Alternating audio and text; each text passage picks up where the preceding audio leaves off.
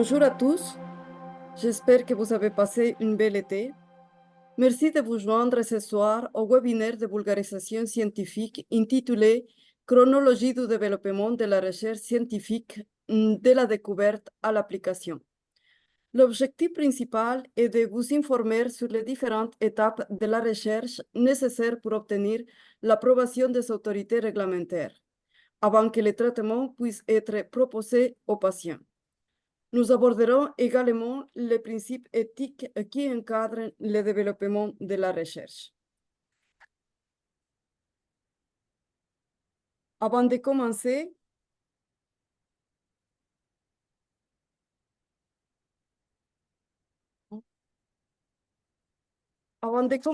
je dois vous informer que la séance sera enregistrée afin de diffusion future sur la chaîne YouTube de Parkinson Québec au cours des prochains jours. À la fin de la conférence, notre invité répondra à vos questions. Veuillez, s'il vous plaît, inscrire vos questions dans la section Q&R située en bas de l'écran de la plateforme Zoom. Je vais arrêter le partage de l'écran afin de vous présenter Olivier Jérôme, notre invité. Nous avons le privilège d'accueillir ce soir Olivier Jérôme, directeur engagement, partenariat et initiatives stratégiques chez Catalyst. Olivier a obtenu un baccalauréat scientifique en France, suivi d'une maîtrise en commerce. Son parcours professionnel est axé sur la santé. Il a été directeur des opérations dans un contexte clinique en laboratoire privé pendant près de 10 ans. Par la suite, il a rejoint les équipes de direction d'associations de patients, occupant le poste de directeur des opérations chez Myelome Canada et directeur général régional chez Fibrose Kystique Canada. En 2021, Olivier a intégré Catalyst pour développer les services et programmes d'engagement public et patient. Il occupe aujourd'hui le poste de directeur engagement, partenariat et initiatives stratégiques. Olivier possède également une solide connaissance de l'environnement politique et des affaires gouvernementales en matière de santé et d'innovation, tant au niveau fédéral que provincial. Il a mis cette expertise au service des patients et de leurs proches afin de faciliter et d'accélérer l'accès à l'innovation en santé. Olivier, je te donne la parole. Merci beaucoup, Dora. Écoutez, je vais y aller de formalités techniques en tentant de partager à mon tour l'écran pour débuter ce webinaire. Partager. Donc voilà, tout devrait bien fonctionner. Je partage mon écran, donc je ne vois plus la salle. Donc, Dora, tu me fais signe, tu Oui, tout est m'interromps correct. verbalement s'il y a quoi que Oui. ce soit. Ben, écoutez, ben, premièrement, merci. Merci, Dora, pour l'introduction. Surtout, merci à Dora, Iba, Maud, toute l'équipe qui a contribué à l'organisation de ce webinaire chez Parkinson Québec. Ça me fait plaisir d'être avec vous ce soir pour ce webinaire sur lequel on va couvrir le thème de la chronologie du développement des innovations en santé. Un thème qui peut-être semble large, mais en somme, ça va viser à mieux comprendre le cycle de développement d'un médicament. Qu'est-ce qui fait qu'une innovation passe du laboratoire jusqu'au chevet des patients? Donc, l'importance de ce webinaire-là s'inscrit dans un contexte où l'innovation en santé est effervescente. La science avance plus rapidement que jamais. De nouvelles techniques, tout ce qui a trait à la médecine de précision et aux thérapies géniques viennent vraiment révolutionner la façon dont on va traiter la maladie et leurs symptômes. Et la maladie de Parkinson, ben, il n'y échappe pas. Toute cette effervescence se traduit également dans tout cette discipline neuromusculaire. Donc, ça me fait plaisir d'être ici parmi vous ce soir pour euh, aborder le sujet. L'objectif du webinaire, ce n'est pas de faire en sorte que vous deveniez des experts sur le sujet, mais que ça déclenche chez vous un réflexe de curiosité, que justement de recevoir cette information de base sur quel est ce processus. Vous encourage à en apprendre davantage et à engager le dialogue avec vos proches, avec les personnes de confiance qui vous entourent et surtout ben, avec votre équipe traitante parce que vous allez voir, la recherche peut avoir une place sur vos parcours et vous pouvez aussi également contribuer à différents niveaux. Donc, c'est un peu l'esprit de la présentation d'aujourd'hui. Donc, quelques formalités pour débuter. Donc, je n'ai pas de conflit d'intérêt. Je me présente aujourd'hui devant vous, Olivier, directeur engagement, partenariat, initiative stratégique chez Catalyst Recherche Clinique Québec. Je ne suis pas médecin, je ne suis pas un chercheur, je ne suis pas un professionnel de la santé, mais je suis un passionné de science et d'innovation, plus précisément dans le secteur des sciences de la vie. Là, j'œuvre depuis plus de 20 ans à la direction de programmes, de recherche, de services aux patients, tant du côté clinique que du côté laboratoire ou encore la direction d'associations de patients. Donc, comme je l'ai dit, il n'y aura pas d'examen qui va suivre cette présentation. C'est vraiment un exercice de sensibilisation, de vulgarisation, surtout pour ouvrir vos horizons et votre désir d'en apprendre davantage sur le sujet. Avant de débuter, voici pourquoi j'ai l'immense chance d'être ici devant vous pour vous présenter Catalyst Québec. Donc, je vais vous expliquer un peu qui on est, quelle est notre organisation et vous allez comprendre le lien et le partenariat qu'on a avec Parkinson Québec et notre participation aujourd'hui dans cet effort de vulgarisation scientifique. Donc, Catalyst Québec a été créé en 2017 par le gouvernement du Québec via la Stratégie québécoise des sciences de la vie. On s'est vu conférer un mandat gouvernemental qui vise à optimiser la recherche clinique et mettre en lumière l'expertise québécoise, vraiment dans le but d'attirer davantage d'investissements en santé via la recherche clinique. Tout ça semble bien ancré de façon macroéconomique, mais sachez que la vision, elle est axée sur le patient parce qu'au final, plus de recherche clinique, ben, il s'agit d'augmenter et faciliter l'accès à l'innovation en santé pour la population québécoise, et ce pour toutes conditions et ce pour tout le territoire, peu importe le lieu de résidence. On dit souvent que la recherche, c'est l'histoire des grands centres, mais, ou proche des centres universitaires. Une partie du mandat qui nous est conféré chez Catalyst, c'est de faire en sorte que la recherche devienne accessible justement pour toute la population et ce, peu importe la région. La recherche clinique, c'est notre priorité. On va couvrir l'ensemble des activités de recherche clinique, puis je vais m'y attarder un peu plus durant la présentation. On va couvrir autant les essais interventionnels, pharmaceutiques, académiques, observationnels, les biobanques, bref, tout ce qui peut être mené et financé par tout type de promoteur dans le réseau de la santé. La force de la mission Catalyst, c'est son large réseau. Parkinson Québec est membre de notre comité consultatif patient depuis plus d'un an. Et la force de notre mission, c'est que tout ce grand réseau va contribuer à développer, à co-créer l'ensemble des programmes et des stratégies qui visent à rencontrer notre mission, que ce soit les établissements de santé, les membres de l'industrie, les associations de patients qui sont présents en très grand nombre. Tous vont, dans le cadre de nos chantiers de travail, porter la voix des gens qu'ils représentent. Le cas ici, c'est la voix de la communauté Parkinson et est amenée par Dora qui participe à tous les comités et tous les chantiers depuis plus d'un an pour faire en sorte d'assurer un arrimage entre nos programmes et les besoins réels des différentes communautés de patients. Donc, on est très privilégié de pouvoir compter sur des collaborateurs de cette grande qualité et ainsi couvrir l'ensemble du spectre des besoins du réseau. Notre mandat gouvernemental vise, entre autres, à engager la population québécoise en recherche clinique. Donc, que vous soyez une personne atteinte, un proche, une professionnelle de la santé, vous pouvez miser sur une vaste gamme de services, d'outils, de contenus éducatifs sur notre carrefour d'information.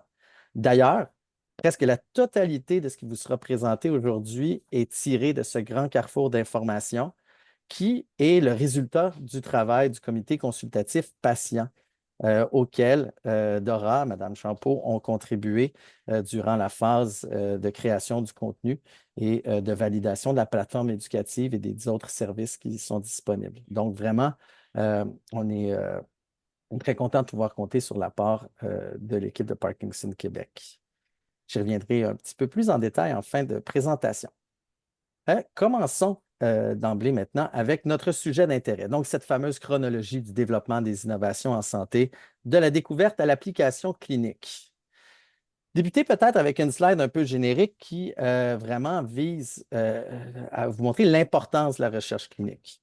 Tout ce qui est utilisé en santé est vraiment issu d'une démarche scientifique structurée qui est fondée sur l'élaboration de la preuve. Quand je dis tout, là, ça inclut les traitements, les médicaments, les onguents, des vaccins, des dispositifs médicaux, des protocoles de soins, bref, tout. Donc, en santé, ce qu'il faut retenir, c'est qu'il n'y a pas de place pour l'à peu près. Mais cette élaboration de la preuve, ben, on cherche à prouver quoi en fait? Je vais arriver avec deux premiers termes qui vont souvent revenir. Ben, on cherche à prouver la sécurité et l'efficacité des moyens utilisés par les professionnels de la santé pour répondre aux besoins de santé de la population. Dans les deux cas, là, on va chercher cette preuve autant à court terme qu'à long terme. On va chercher cette preuve autant sur le sujet lui-même, l'individu, que par rapport aux standards de soins présentement utilisés.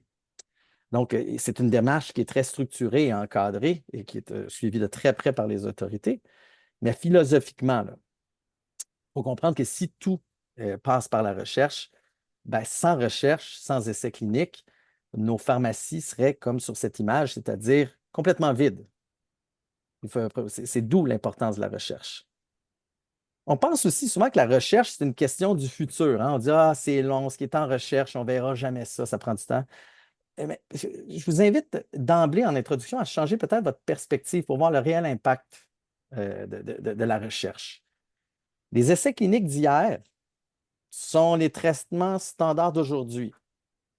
C'est vraiment la mise en commun justement du savoir de tout un écosystème de professionnels qui ont propulsé l'évolution et l'amélioration des soins et des traitements disponibles. Donc, si les essais cliniques d'hier sont les traitements standards d'aujourd'hui, on peut déjà considérer que, de facto, les essais cliniques d'aujourd'hui sont en quelque sorte les traitements standards de demain. Donc, ça amène une notion quand même que non seulement de mettre le côté futuriste un peu de côté, mais de voir que tangiblement, il y a des impacts à court terme qu'il y a dans la recherche. Donc, c'est important d'en prendre conscience, mais surtout d'être curieux puis d'entamer dès aujourd'hui la discussion là, avec vos proches, mais surtout votre équipe traitante. Petite diapositive d'avertissement, ça a l'air être très formel. Cette présentation contient des termes médicaux complexes. Le but, ce n'est pas de vous intimider, c'est tout simplement de vous dire, oui, un effort de vulgarisation scientifique s'impose dans le cadre du webinaire d'aujourd'hui, mais on ne peut pas enlever les termes clés qui appartiennent justement au monde de la recherche. Par contre, on peut vous les expliquer, on peut les vulgariser, on peut en faire des définitions très sommaires, là, oralement, puis que vous allez pouvoir comprendre pour comprendre les notions qu'on tente de vous transmettre aujourd'hui.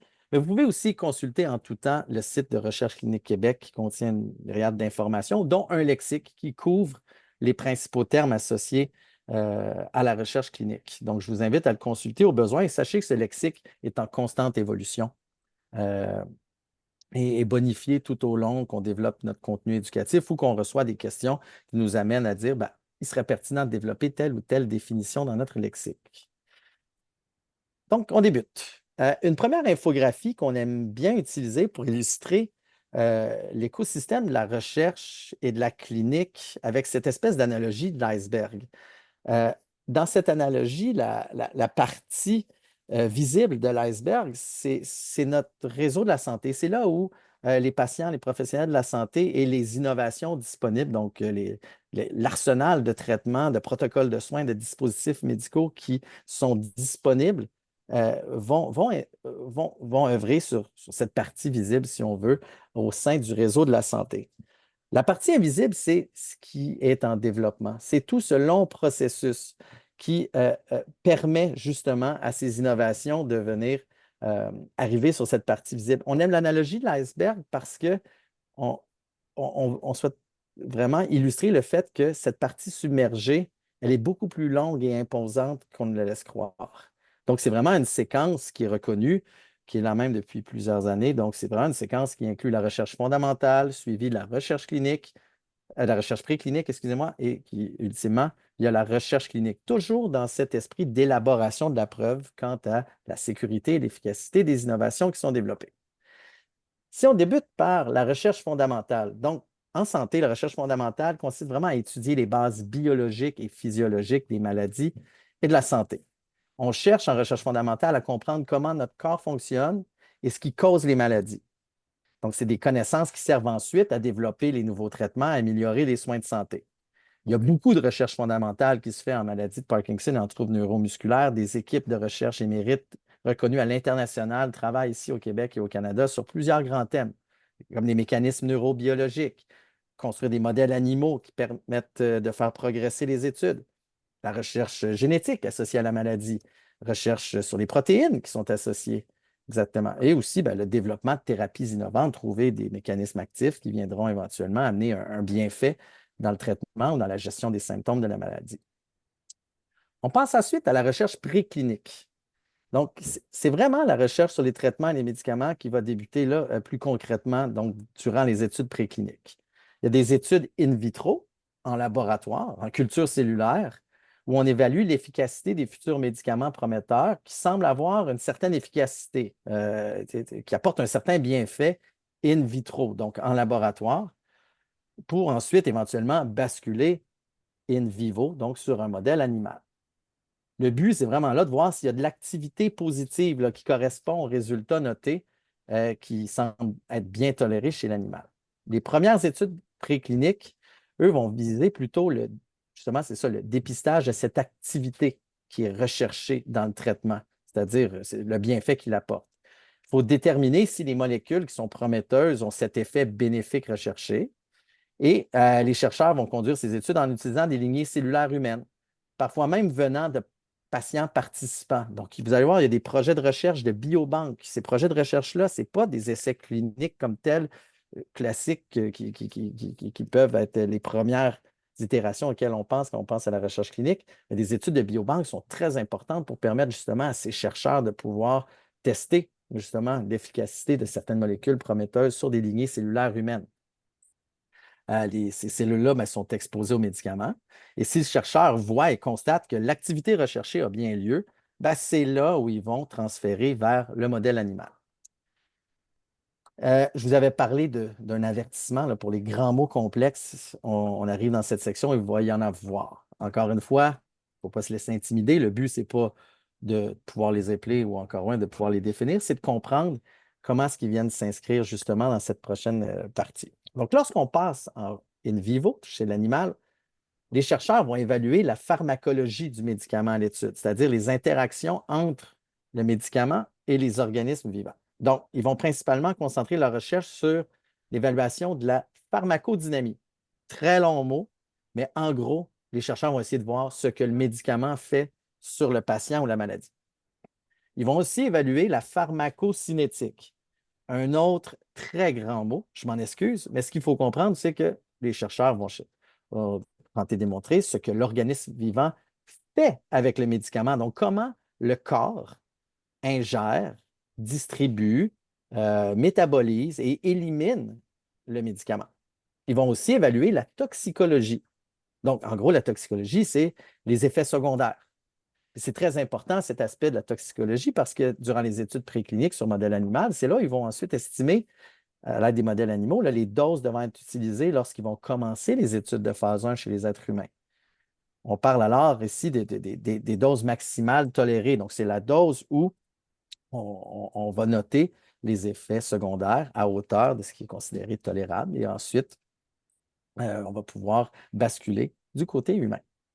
Au Québec, au Canada, encore une fois, au côté préclinique, on a des équipes émérites qui vont travailler sur les modèles animaux, sur la pharmacologie, le développement de médicaments, sur les principes de neuroprotection, de neurogénération. Bref, ils vont explorer des stratégies qui visent à protéger les neurones et promouvoir leur régénération. Donc, il y a plein de domaines qui vont au-delà de trouver la cure. Donc, ce n'est pas juste ça la recherche. Donc, il y a un potentiel fou qui réside dans la science de cette recherche fondamentale et préclinique. Ensuite, on passe à la recherche clinique.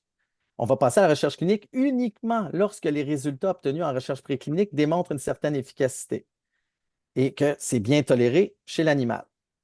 Donc, la recherche clinique, si on veut une définition, c'est une forme d'étude scientifique qui se concentre sur l'observation des effets, des traitements médicaux, des médicaments, des vaccins, des dispositifs médicaux et des protocoles de soins. Donc, vous savez, quand je vous disais ça couvre tout, bien, tout doit passer par cette étape qui est les essais cliniques afin de démontrer hors de tout doute qu'il y a une sécurité et une efficacité. En recherche clinique, on va aussi évaluer les effets secondaires de ces interventions médicales. Bref, la recherche aide à déterminer ce qui fonctionne le mieux pour aider à traiter les maladies et améliorer les soins de santé pour les patients. En recherche clinique, oui, bien évidemment, comme je disais, il y a l'évaluation de nouveaux médicaments. Il y a aussi beaucoup d'études cliniques sur des thérapies non médicamenteuses.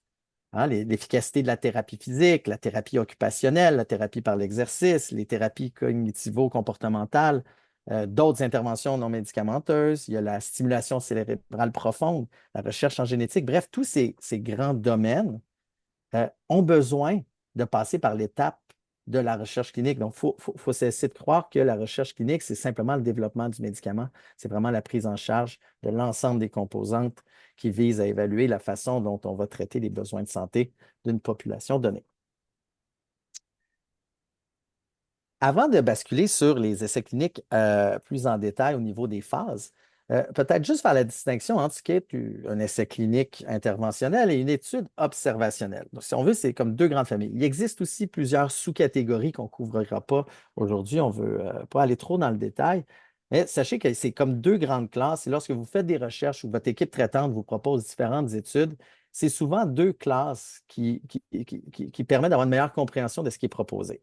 Donc, les essais cliniques interventionnels, eux, impliquent une intervention médicale ou une intervention expérimentale spécifique sur les participants, comme un nouveau médicament, comme une nouvelle thérapie, comme un nouveau protocole de soins, comme un nouveau dispositif. Bref, il y a une intervention directe et qu'on vise à évaluer justement l'efficacité et la sécurité de cette intervention directe dans la trajectoire de soins des participants.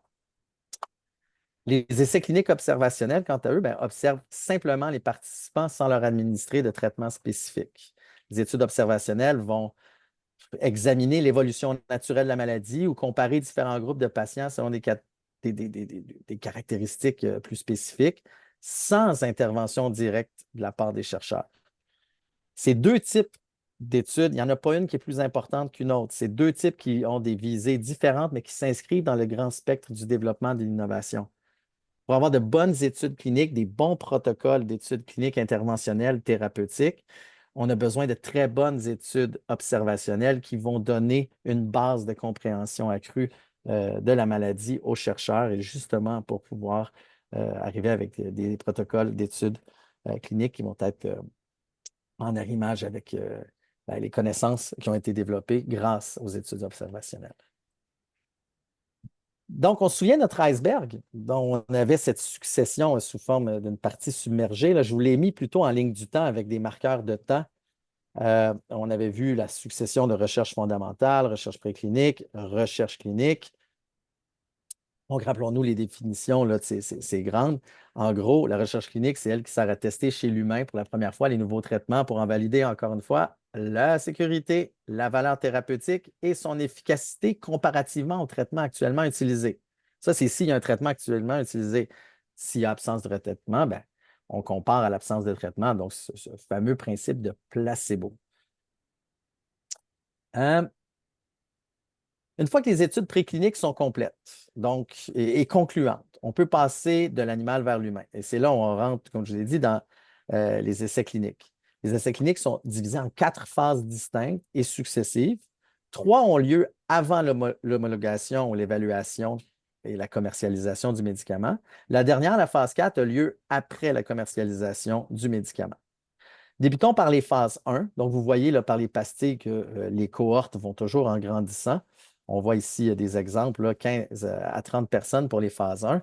Donc, lorsqu'on débute les essais cliniques de phase 1, le but principal, c'est d'assurer la tolérance et la sécurité du médicament. On va commencer à petite dose et on augmente progressivement la dose où on atteint une dose tolérable où il n'y a pas trop d'effets secondaires. Comme je l'ai dit tout à l'heure pour le préclinique en modèle animal, c'est le principe de la dose maximale tolérée. C'est en général ces doses-là qui vont ensuite être utilisées ultérieurement là, en phase 2, en phase 3. C'est des études qui sont très importantes, mais ce n'est pas celles-là qui vont nécessairement changer les pratiques médicales en clinique. On est trop tôt dans le processus. Elles sont réalisées sur des plus petites cohortes, comme j'ai dit, souvent sur des personnes qui sont à un stade plus avancé de la maladie. On vise à évaluer la toxicité, déterminer la dose maximale tolérée, comme je disais, mais aussi la pharmacocinétique. Hein, on se rappelle de ce grand mot, comment le médicament est absorbé, distribué, métabolisé et éliminé par l'organisme. Pour les études de phase 2, comme une phase 1, on va poursuivre l'observation des effets secondaires et de la toxicité du médicament, mais on va principalement regarder l'efficacité. on veut documenter de façon très détaillée en phase 2 qu'il y a vraiment une efficacité accrue, que cette interaction, cette activité bénéfique qu'on voyait en préclinique a vraiment lieu chez l'humain.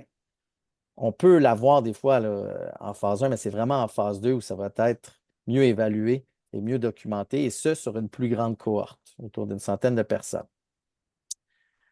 Lorsqu'on voit des médicaments prometteurs en phase 1 et 2, donc médicaments prometteurs, vous allez peut-être des fois voir ce principe de promesse de valeur thérapeutique, c'est là où les phases 3 ont un très grand rôle à jouer parce que ce sont des études qui sont comparatives. On compare le traitement standard contre le traitement prometteur.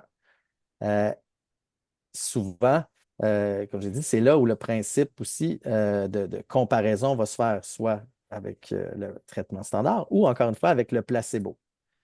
Cette distribution comparative nécessite le principe de randomisation, qui est un autre mot un peu complexe, mais en fait, c'est de distribuer aléatoirement les participants dans les différents groupes de l'étude afin de réduire les biais potentiels et d'assurer une répartition équitable entre les différents groupes qui participent à l'étude. Ce sont vraiment les études de phase 3 qui vont changer les pratiques médicales et cliniques par la suite. C'est elles qui vont démontrer, hors de tout doute, lorsqu'elles sont bien faites, que le médicament prometteur a réellement un impact, soit sur l'efficacité, soit sur la diminution d'effets secondaires ou de toxicité, qui entraîne aussi une plus-value là, pour le traitement puis la gestion des symptômes ou la progression de la maladie. Certaines études vont même évaluer l'impact quant à la qualité de vie des participants. C'est aussi une notion qui est évaluée en phase 3. Pour les phases 4, on brise un peu notre ligne du temps, mais je suis dans la description des phases, donc j'en glisse un mot.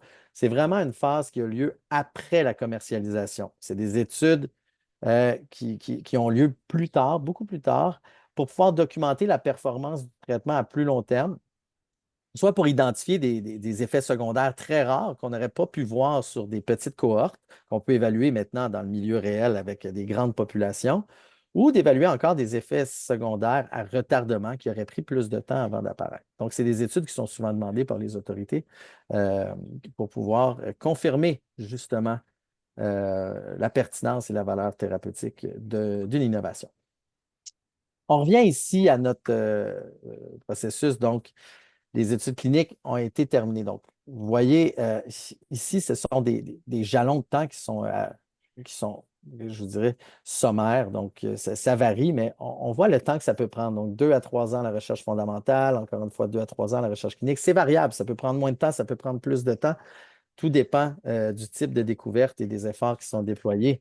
Il faut juste comprendre que ce temps, c'était le cas depuis toujours. Donc, on prend l'évodopa, que je pense que plusieurs personnes dans la communauté Parkinson connaissent. C'est un médicament dont les premières recherches fondamentales qui visaient la dopamine ont commencé dans les années 10. Ensuite, les procédés, les interactions notables quant à la maladie de Parkinson ont été notées dans les années 50. On a débuté les essais cliniques dans les années 60. En 70, les essais cliniques ont été complétés et Santé Canada a homologué le tout et a rendu disponible la levodopa pour le traitement de la maladie de Parkinson. Donc, ça se déroule sur des décennies, mais une fois que l'élaboration de la preuve a été faite, l'innovation devient disponible et fait figure de traitement standard reconnu pour quelconque indication. Dans ce cas-ci, c'est pour la levodopa et la maladie de Parkinson.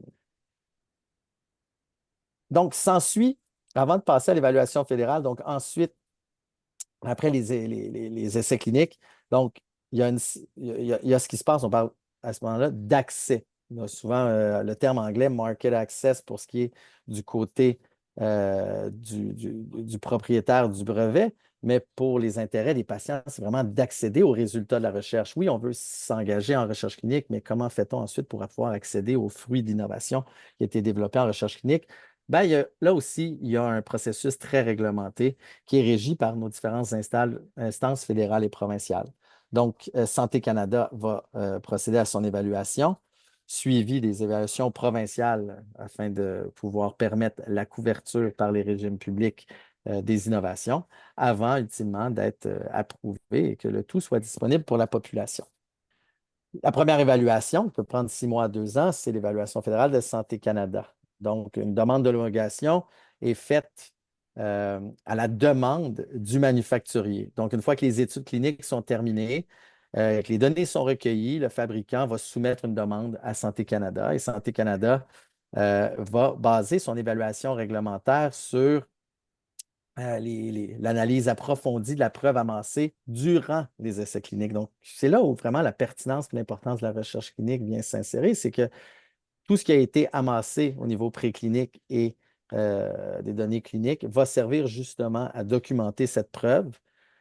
Santé Canada va aussi observer les différentes données de fabrication du médicament, aussi son étiquetage et son emballage.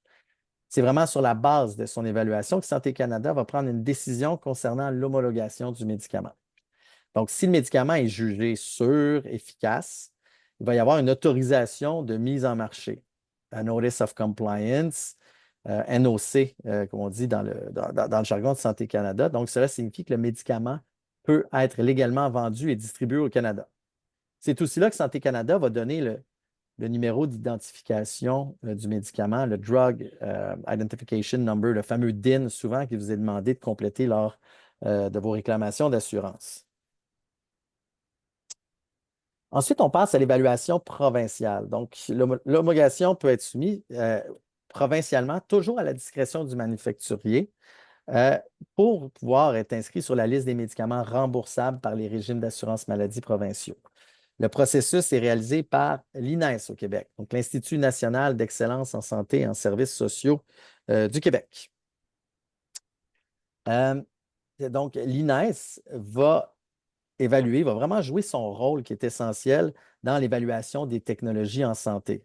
Donc, c'est tous les nouveaux médicaments, les dispositifs et autres. L'INES va vraiment procéder à son tour à l'évaluation des données cliniques. Donc, ils vont examiner les données cliniques qui sont fournies par le fabricant.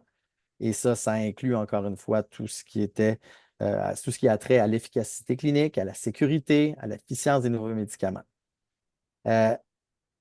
L'évaluation des données cliniques est aussi combinée à ce qu'ils appellent l'analyse de la valeur thérapeutique.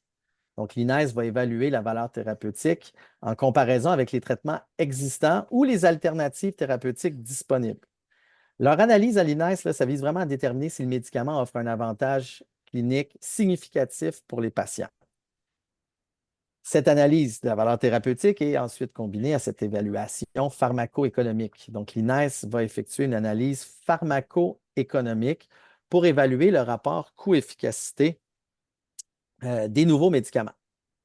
Ça implique souvent de comparer les coûts du médicament avec les avantages, donc la valeur thérapeutique en termes de santé, pour déterminer si le médicament représente une utilisation juste et efficiente des ressources limitées du système de santé. Donc, l'INES a ce mandat.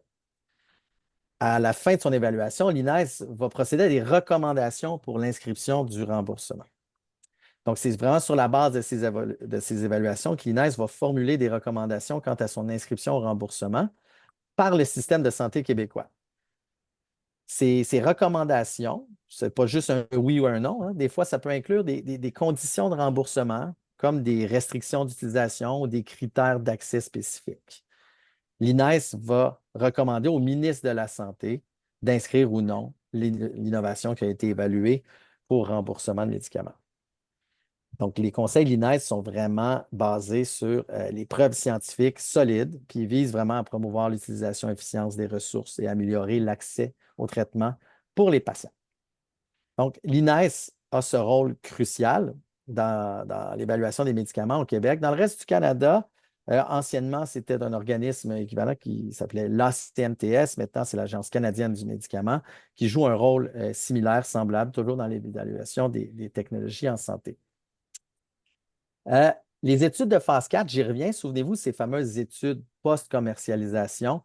Donc, parfois, quand un médicament, pas parfois, une fois que le médicament est sur le marché, Santé Canada va continuer de surveiller la sécurité et l'efficacité à long terme. On appelle ça un système de pharmacovigilance. Donc, les fabricants sont tenus de signaler les effets indésirables, les problèmes de sécurité associés aux médicaments et Santé Canada peut prendre des mesures réglementaires si nécessaire, même après le processus initial d'homologation et de couverture par les régimes publics.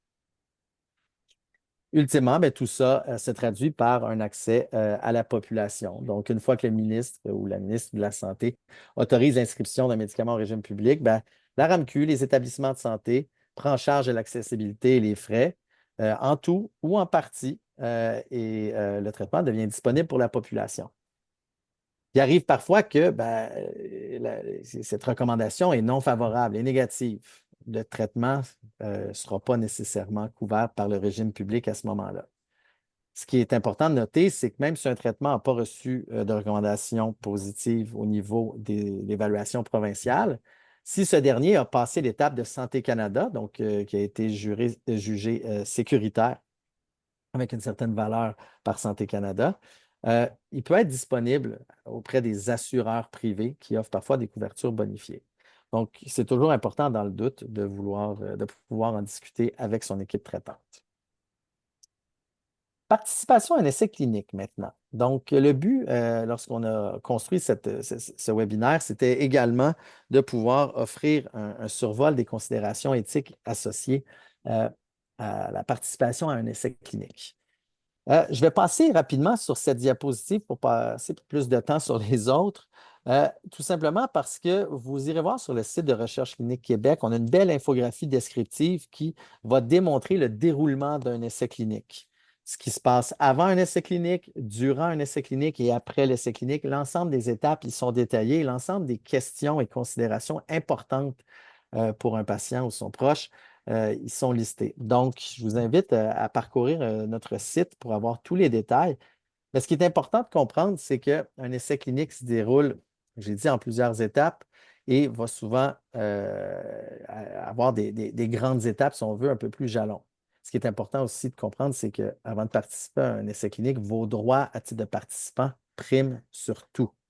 C'est-à-dire que vous devez, à titre de patient, comprendre les risques et les bénéfices associés à une étude en particulier. Vous devez discuter avec votre équipe médicale la possibilité de participer à un essai clinique. Parfois, l'équipe médicale va avoir une approche qui est très axée sur la trajectoire de soins, sur le besoin clinique, mais c'est aussi recommandé d'en discuter ouvertement avec des personnes de confiance, avec vos proches, avec d'autres personnes qui ont vécu des expériences similaires.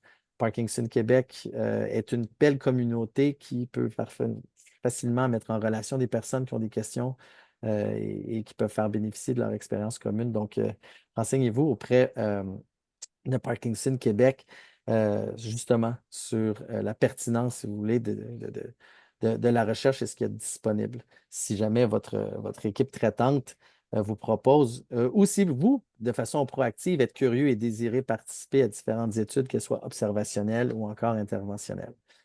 Il y a de nombreux outils qui existent, qui sont mis à disposition par l'équipe de recherche. Je vais vous présenter un peu plus tard le formulaire de consentement, les autres documents qui sont là pour donner l'ensemble des informations nécessaires, mais aussi de nombreuses ressources et outils qui existent dans la communauté. Donc, Parkinson Québec est un bel exemple. Ils ont un beau programme de recherche qui vous permettent d'avoir réponse à vos questions, d'avoir des outils. Notre site aussi est une mine d'or en ce qui a trait aux informations quant à la recherche en général.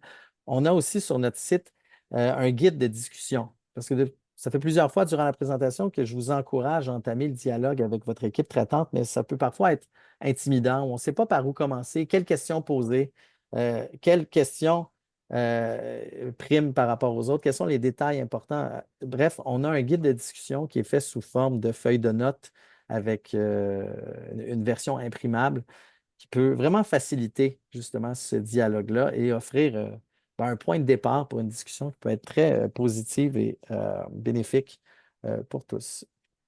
L'important, c'est vraiment de prendre une décision libre et éclairée lorsqu'on parle de participer à un essai clinique ou à un projet de recherche.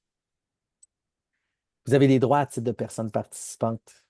Tout ça est issu d'une réflexion internationale. Les autorités se sont vraiment penchées là-dessus sur une liste de droits fondamentaux. J'en résume 5 ici, mais vraiment, il existe une charte internationale des droits des participants à la recherche qui sert de fil de garde à l'ensemble des conduites éthiques, là, que ce soit au Québec, au Canada ou ailleurs. Donc, 5 exemples de droits et qui sont vraiment protégés et qui sont prioritaires aux yeux des équipes de recherche. Vraiment, ben, c'est le droit de comprendre les risques et les bénéfices associés à la participation de l'essai clinique. C'est aussi le droit de poser des questions, d'obtenir des réponses. Il n'y a pas de période dans le temps. Vous n'avez pas 2 minutes pour poser les questions. Vous n'en avez pas 5. Vous avez le temps que vous voulez. L'ensemble des éléments vous sont remis en main propre. Il y a possibilité de prendre un temps de réflexion, de consulter aussi d'autres personnes de confiance.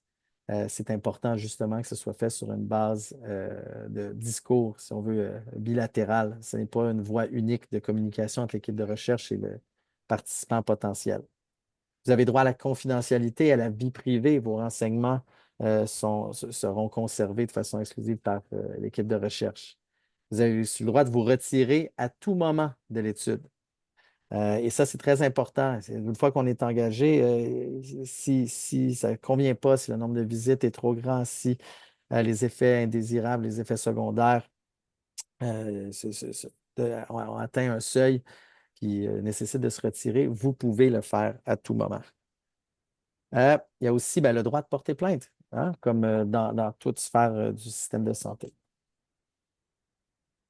Le concept de décision libre et éclairée est vraiment au cœur des droits et des lignes éthiques de conduite des équipes de recherche. Donc, participer à un essai clinique, c'est jamais obligatoire. Vous pouvez prendre tout le temps nécessaire pour faire votre choix. Puis votre décision de participer ou non n'aura pas d'impact sur les soins habituels qui vous seront offerts. Il n'y a pas, il y a vraiment pas de conséquences à refuser un essai clinique si on vous propose un. Et il n'y a pas de conséquences si on est intéressé à participer. On ne passe pas l'étape de la sélection. Il n'y a pas de conséquences sur le protocole de soins qui vous aurait normalement été attribué. L'équipe de recherche est aussi là pour répondre à vos questions. Je l'ai dit dans les droits fondamentaux, mais votre médecin, l'investigateur principal, son équipe de recherche, son équipe de professionnels de la santé, bref, votre entourage, votre famille peuvent aussi vous aider à prendre les décisions qui conviennent. L'important, c'est le dialogue. Surtout, ne pas se sentir isolé dans cette démarche qui parfois peut être intimidante. Justement, le dialogue est là pour réduire cette incertitude. Vous pouvez aussi prendre une décision éclairée, comme je vous ai dit, l'équipe de recherche médicaments, le médecin responsable de l'essai clinique va vous expliquer le projet en détail, puis vont vous remettre un formulaire d'information et de consentement qui détaille l'ensemble des informations. Ce qui est important de noter aussi, c'est que votre décision n'est pas définitive et peut évoluer dans le temps. J'ai dit tout à l'heure, la science évolue vite. S'il y a des nouvelles informations sur l'étude qui deviennent disponibles en cours, elles vous seront communiquées. Et comme je l'ai dit tout à l'heure, vous pouvez vous retirer à tout moment. Vos droits à titre de participant priment surtout. Le formulaire d'information et de consentement, donc il y a ici un exemple de formulaire de consentement qui est beaucoup trop petit pour être lisible. C'est celui du CHU de Québec, le CUSUM, l'hôpital Sainte-Justine, le CHUM. Bref, la plupart des grands centres de recherche ont des exemples, des spécimens de formulaires de consentement qui sont disponibles. Donc, si on veut démystifier tout ça, je vous invite à naviguer sur leur site et à trouver ces exemples de formulaires de consentement. Il suffit de googler formulaire d'information et de consentement Québec. Vous allez voir, tous apparaissent en version Word ou en PDF. Le formulaire d'information de consentement, c'est vraiment là où la base d'information est vraiment décrite de façon très claire pour permettre cette décision libre et éclairée. Et c'est vraiment, encore une fois, l'un des fondements des droits des participants. Le formulaire de consentement va toujours lister le but de l'essai clinique, sa durée, les responsabilités des participants. Vous avez des responsabilités à titre de participant. Elles sont clairement détaillées. Les types de traitement, le déroulement, la fréquence des visites, les lieux des visites, les différentes équipes cliniques qui devront être rencontrées, les tests supplémentaires qui sont faits. C'est là aussi, il va y avoir une section bénéfices, risques et inconvénients associés à la participation. Il peut y avoir compensation financière, couvrir les frais de déplacement, le cas échéant. Bref, il y a aussi une section sur les données. Hein. Qu'est-ce qui va être fait avec les renseignements de santé recueillis dans le cadre de l'étude et comment l'équipe de recherche met des mesures en place pour protéger votre vie privée. Bref, toutes ces informations clés sont détaillées dans le formulaire d'information et de consentement. Donc, c'est vraiment un outil qui, par sa longueur, peut être intimidant, mais rassurez-vous, il est là pour faire en sorte que toutes les informations que vous avez besoin pour prendre cette décision libre et éclairée soient en votre possession. Et c'est ce qui m'amène à la fin. Donc, écoutez, ce qu'il y a à retenir, si on veut, de ce grand spectre, ce continuum de l'innovation, donc du développement du laboratoire aux patients, c'est qu'il ne faut pas attendre avant de s'intéresser à la recherche. Il faut aussi regarder, quand je dis pas attendre, ce n'est pas nécessairement attendre avant d'être curieux qu'il y ait des essais cliniques de phase 3 pour un traitement curatif. Il faut s'intéresser à la recherche aujourd'hui, à la recherche de toute phase, de tout stade. Pas simplement attendre les études interventionnelles, mais aussi être curieux de voir qu'est-ce qui se fait par les équipes de recherche au Québec en ce qui a trait aux études observationnelles, aux précliniques ou encore sur les différentes autres sphères de la gestion des symptômes, mais non pas nécessairement attendre cet essai clinique curatif. Il n'y a pas de moment idéal ou préconisé là, pour initier la discussion avec son équipe traitante. C'est tout au long de la trajectoire de soins et du parcours des patients que ce dialogue peut avoir lieu. La recherche clinique n'est pas juste une dernière option. C'est un des stigmas, malheureusement, qui accompagne la recherche. Il y a beaucoup, beaucoup d'innovations qui vont venir à différents stades du parcours des patients. Le but aussi, ben, c'est de participer à un essai clinique. C'est jamais obligatoire, comme je vous ai dit. Et l'équipe de recherche ben, est là pour répondre à vos questions. Votre équipe traitante aussi est là pour répondre à vos questions quant à ce qu'il y a présentement lieu du côté de la recherche, que ce soit de la recherche clinique, la recherche observationnelle, ou encore participer à des biobanques ou autres cohortes parallèles. Donc, ce qui est important de retenir, ben, c'est un monde prometteur, c'est un monde plein d'innovation, c'est un monde en pleine effervescence et il faut s'y intéresser pour découvrir tout ce qui peut s'ouvrir à nous à titre de population. Et j'espère que la présentation aura misé juste en ce sens et que, ben, outre les longs mots que vous avez peut-être appris, vous aurez intérêt à en apprendre davantage, à naviguer les différentes ressources, à contacter Parkinson Québec pour savoir qu'est-ce qui est disponible ou encore contacter Recherche Clinique Québec pour en apprendre davantage. Je termine rapidement avec un petit clip promotionnel pour vous démontrer l'ensemble des services et des outils qui sont disponibles sur notre grand carrefour d'informations qui a été développé avec notre réseau d'associations de patients. Donc, je crois qu'un petit vidéo vaut 1000 mots.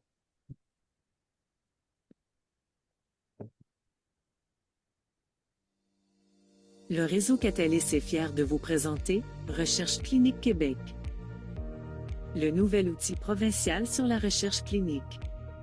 Accédez à de l'information neutre et de qualité. Où trouver des essais cliniques qui correspondent à vos besoins.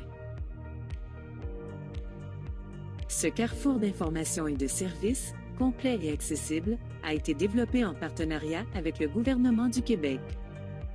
Recherche Clinique Québec. Nous facilitons la recherche clinique pour vous. Et voilà, donc c'est ce qui complète ma présentation. Merci pour votre attention. Je reste disponible pour toute question. N'hésitez pas à visiter notre site recherchecliniquequebec.com. L'ensemble de ce qui a été présenté est disponible de façon plus détaillée. Notre registre des essais cliniques, vous pouvez le naviguer et identifier les essais cliniques qui peuvent correspondre potentiellement à votre profil. Et si jamais vous désirez être accompagné personnellement par l'une de nos expertes au service d'accompagnement, ils peuvent prendre en charge justement cette exploration de ce qui s'offre du côté de la recherche et vous aider à naviguer à travers ce merveilleux monde de la recherche. Parfait. Merci beaucoup, Olivier, pour cette magnifique conférence et toute l'information très pertinente que tu nous as partagée. Maintenant, on va passer à la période de questions. Nous vous invitons à poser vos questions, inscrire dans la section Q&R située en bas de l'écran de la plateforme Zoom. Entre-temps, tu l'as dit, Olivier, participer à la recherche clinique n'est pas une dernière ressource. Cependant, des membres de notre communauté nous interrogent et nous partagent souvent sur une certaine crainte de participer à des essais cliniques ou à des projets de recherche en général. Tu nous as informé que chez Recherche clinique Québec, il y a des ressources ouvertes qui s'offrent à la communauté, comme le service d'accompagnement. Peux-tu nous parler un peu plus à ce sujet et nous dire quels sont en concret ce type d'accompagnement, quelles sont ces ressources? Oui, ben écoutez, tout à fait.